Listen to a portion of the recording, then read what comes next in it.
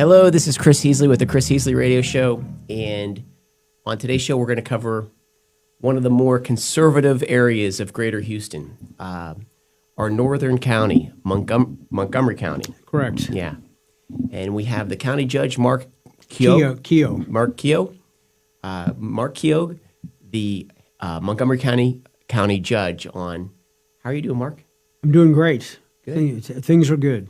I'm really interested. You know, we've spent on this show, we cover Harris County, we cover Fort Bend County, we cover them, you know, to a fault almost. And so it's nice to get a new county's perspective.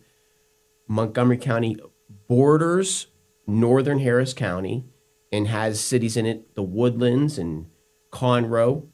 Am I right on that? That's right, yeah. Yeah, the Woodlands is right over the border. Yeah. Certainly got Conroe, Magnolia.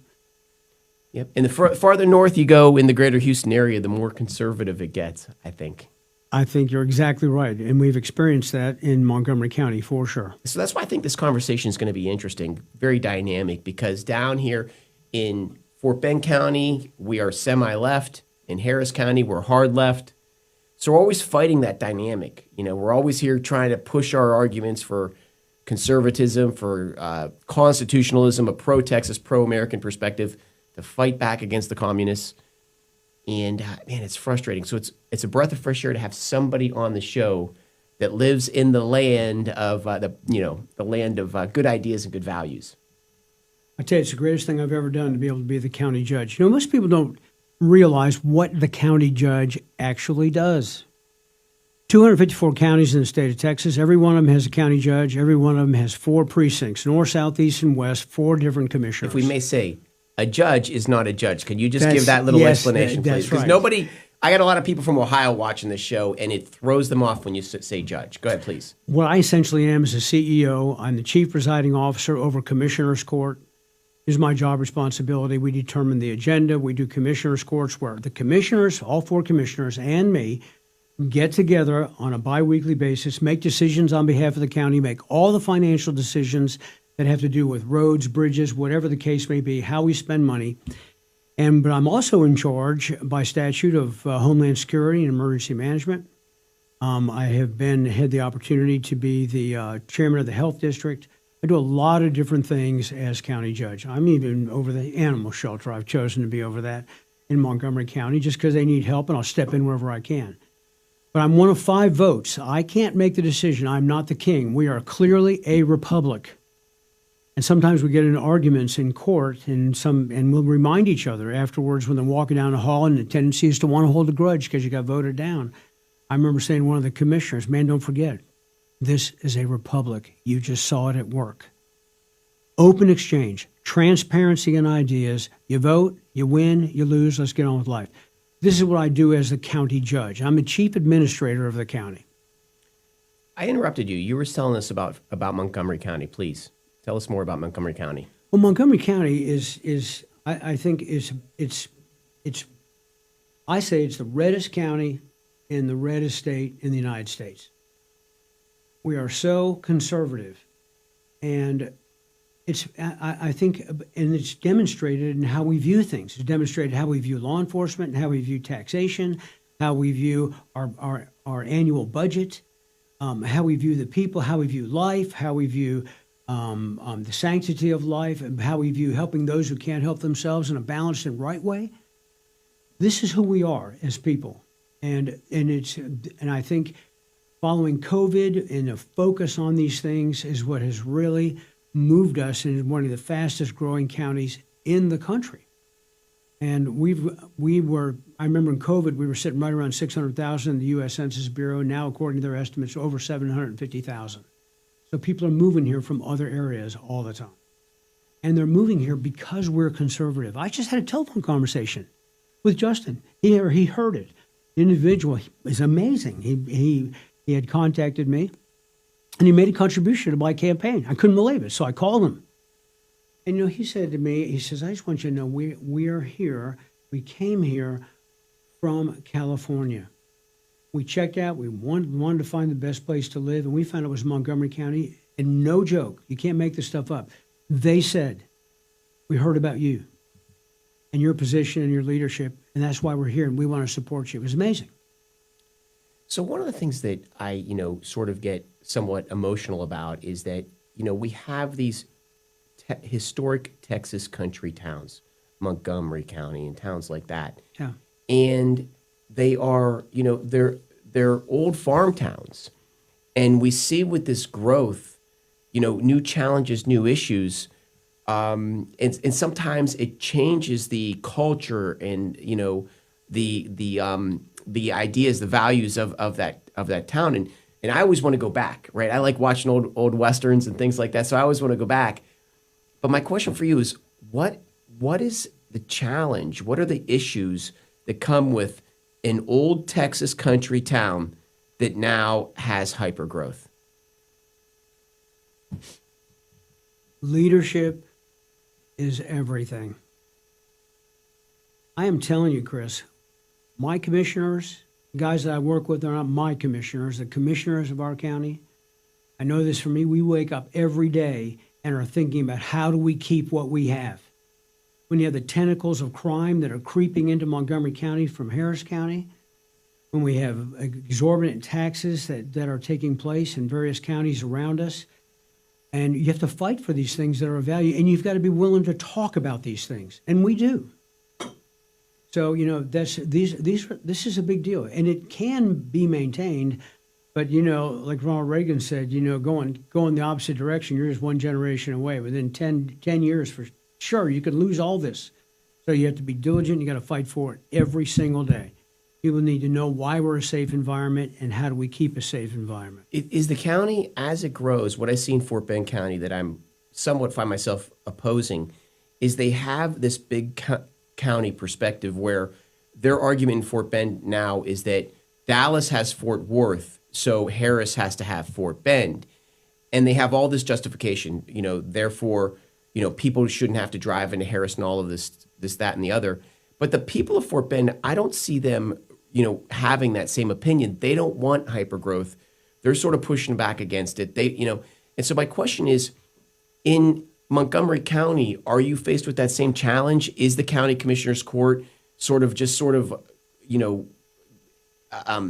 fascinated with the idea of being a big county? I mean, tell me. Not at all. I mean, because I like growth. Everybody likes growth. Sure. And it's a balancing act. And I'm not coming hard on this one, but I like growth. Everybody does. But at the same time, when you hear the people of Fort Bend saying they don't like it quite as much as the commissioners do, but what's your perspective there? My perspective, and what I believe our guys believe, is that we would like to see growth absolutely slow down. Growth is expensive, and the result of which is we live in a personal property state. People buy property. If developers want to develop, they have every right constitutionally to develop that.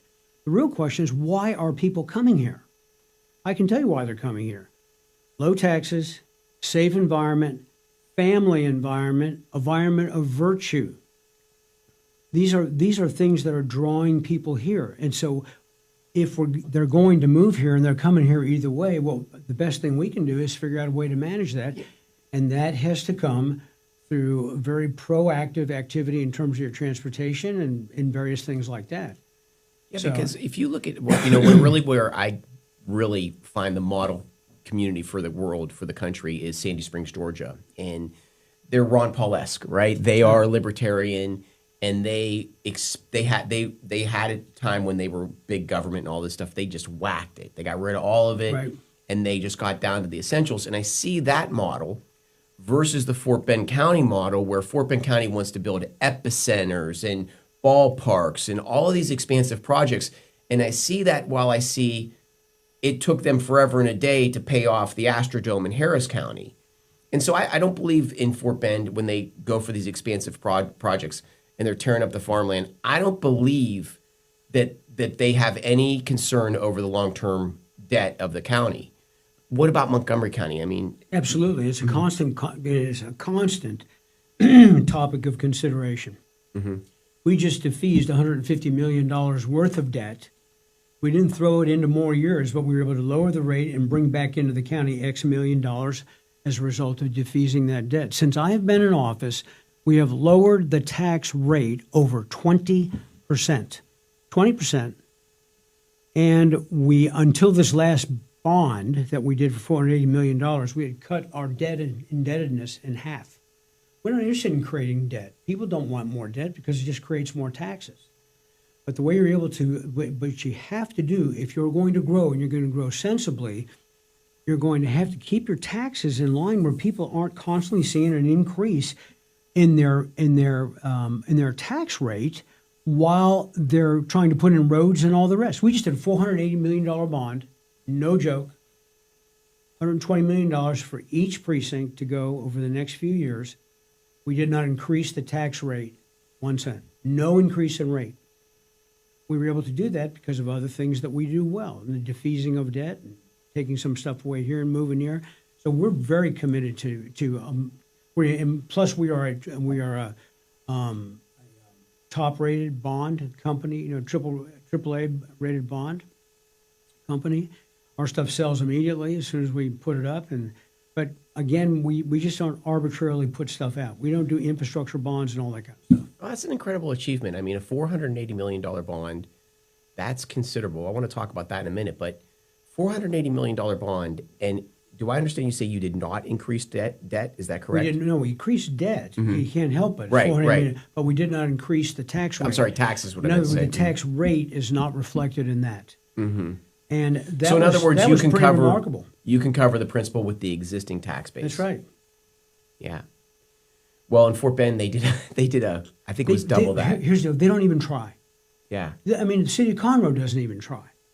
They go up to the max rate, And the fact of the matter is that when I made a contract with Montgomery County in 2019 when I took office, and in that I said, in terms of taxes, we will never increase taxes beyond population plus inflation. Okay, and as your appraisals go up, we will compensate for that increase in appraisal by dropping the rate. We have done that consistently since I've been in office. Okay, real quick. You say you dropped the taxes in Montgomery County? We dropped the tax rate to compensate for the increase in the appraisals. Yeah, that's called the no new revenue rate. We've been at the no new revenue rate. It's the first time in the history of our county. I got a telephone call from Barb Sadler.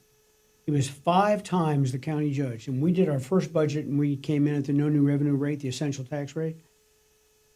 He called me and he says, Judge Keough, he said, we've never, ever done that in the history of this county, ever. It's a first. We did 3 budget cycles, then we bounced up to the de minimis, thank you to their new rate that they put up. But nonetheless, we came in under the middle rate this time, and we did not increase tax rate this time again. So it's pretty remarkable what we've been able to do, even though our appraisals are going up so quickly. That's How about incredible. that? Yeah. Let me take 1 minute to talk about our featured product, which is the X39 patch. Hope we can get it on the screen. The X39, and this patch is incredible. This is photolight therapy. Photolight therapy is the new emerging technology, and the X39 patch is the record breaker in photolight therapy. And what it is, it's a small patch that you place on your skin, and what it does, it directs light into your body that triggers a peptide that stimulates your stem cells. And stem cells are the essence of life, the essence of youth. You always hear about people getting stem cell injections. It's a very, very controversial thing that they do where they pull stem cells out of babies and put them into people. That's really gross. That is not this. This is stem cell regeneration. So every decade that passes, your stem cells become suppressed. And what this does, it reactivates them, and the results are incredible. So just to give you a couple of ideas, as for myself, I was having energy crashes. I was having to take power naps, getting sleepy behind the wheel. All of that is gone because of the X39 patch. After 40, right, us men, we feel that pressure on our bladder. We always have to go to the bathroom. We have to pee constantly. With the X39 patch, that's gone away from me. It's incredible. It was like a prison sentence before. My good friend David in Fort Worth, he was getting patches in his eyes. He began taking the X39 patch, and the patches went away.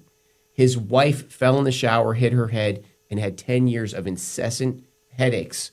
After 2 days on the X39 patch, the headaches go away. One last story. My friend is a PTSD war veteran. He's dealing with all those issues that come with war, and he requires heavy meds to sleep at night.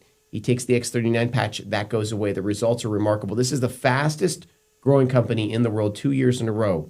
because the product is remarkable. It is the X39 patch. And to learn more, text the word Patriot to 330-606-2304, and the order link will be sent to you. Thank you very much. Okay. So this is an amazing accomplishment. While this I want the people of the world, Texas, to know this.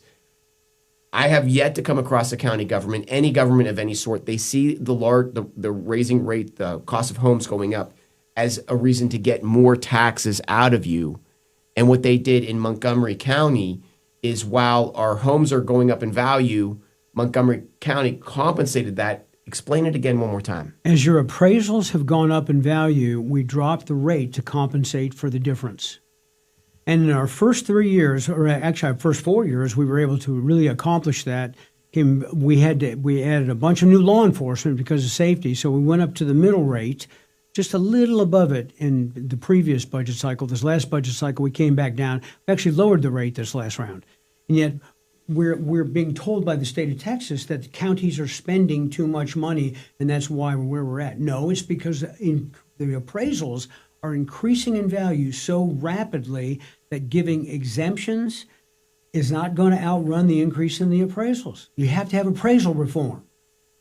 And that's what I fought for that in the House of Representatives when I was there. Couldn't even touch it and couldn't get it listened to, and they still can't. Cecil Bell, Will Metcalf, both have presented this very same thing in our area. But again, we are compensating it in county taxes. They're working on some stuff right now. I know the lieutenant governor's working on some stuff for school exemption and whatnot, which kudos. Anything they can do to help us with taxes, I will always vote in favor of that. I think there's some better ways to do it. I mean, that's incredible. I mean, why is your story not being told on every news outlet in the state of Texas? It's just, that's an amazing accomplishment. Very exciting. Yeah. Very exciting. So the $480 million bond, can you talk about what was the support within the county for that bond, and what sort of things did it go towards? Well, the first thing is we met with our bond counsel, and typically in a May bond, you can either do them in the fall or in May. In May, bonds generally fail. But we had not had a road bond since 2015. We knew that we were primed to be able to do that.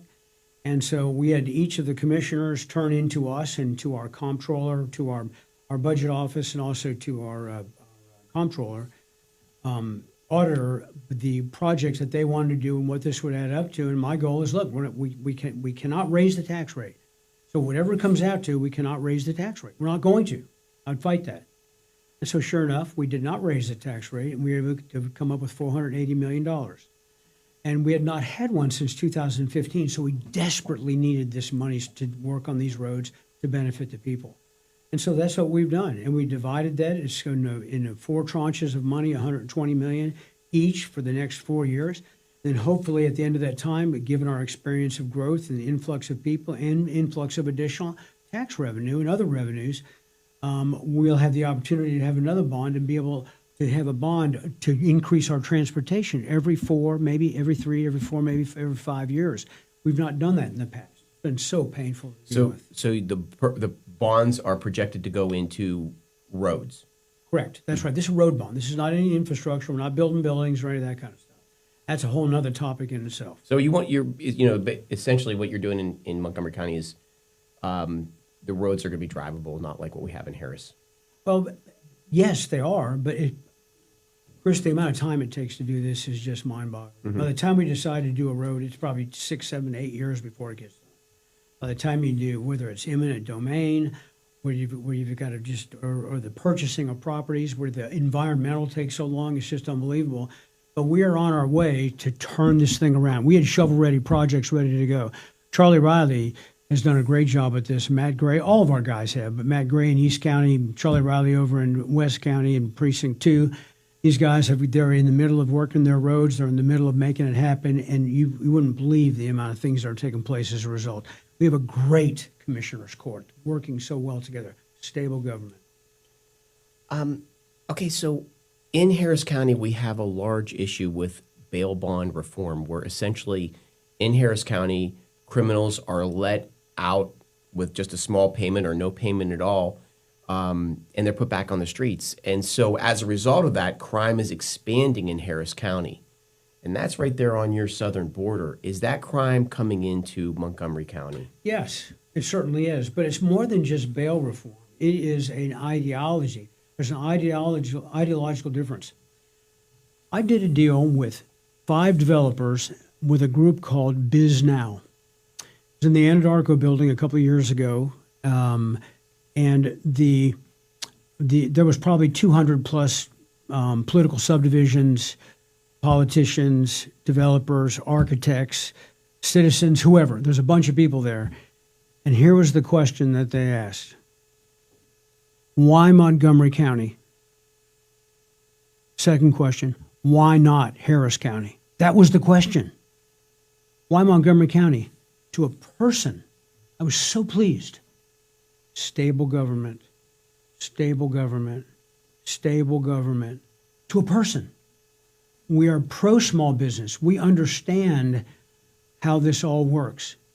You have constant upheaval and turnover and activities going on in Harris County. I don't know how they operate that way. And I think it starts with leadership. It starts right at the top. And people need to know that you are committed to this concept that you cannot have a healthy community without a healthy economy. And if you're going to have a healthy economy, the government must be in favor of seeing business, the right kind of business, be in the community and benefit the community and be stable in doing so. And without that, you're not going to have a strong, independent, Republican form of government. Can't have it. And we have that in Montgomery County. And the instability in Harris County that we have seen over the last few years, you can't turn, I mean, we have crime in Montgomery County. I'm not saying that we don't. But the incidence per capita is so much different than what you see in Harris County. And it does have to do with bail reform, but more than that, it has to do with a looseness or a lack of prevention of, or the lack of creating an environment of deterrence. You have to have an environment of deterrence for people to stay safe, to believe they're safe. They will come to a place where they believe they're safe. We have increased our law enforcement exponentially over the last 7 years. We're having an issue in Fort Bend where law enforcement doesn't want to work in Fort Bend County.